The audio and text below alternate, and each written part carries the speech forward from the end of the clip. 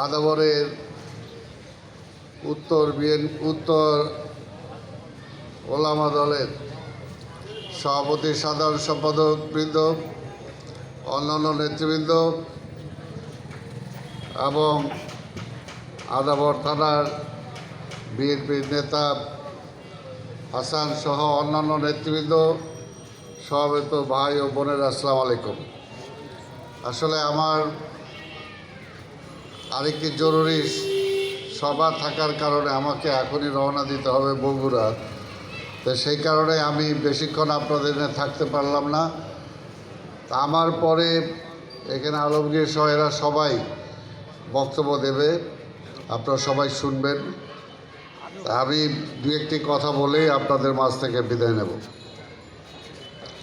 স্বাগত বন্ধুগণ, এমন একটা সময় আমরা অতিক্রম করছি যেটা এই দেশের জন্য খুবই একটা ক্রিটিক্যাল সময়, যাকে ক্রান্তিকাল বলে। আমরা ফ্যাসিস্ট হাসিনাকে বিদায় করেছি, কিন্তু এখনও গণতন্ত্র পুরোপুরি ফিরে পাই নাই।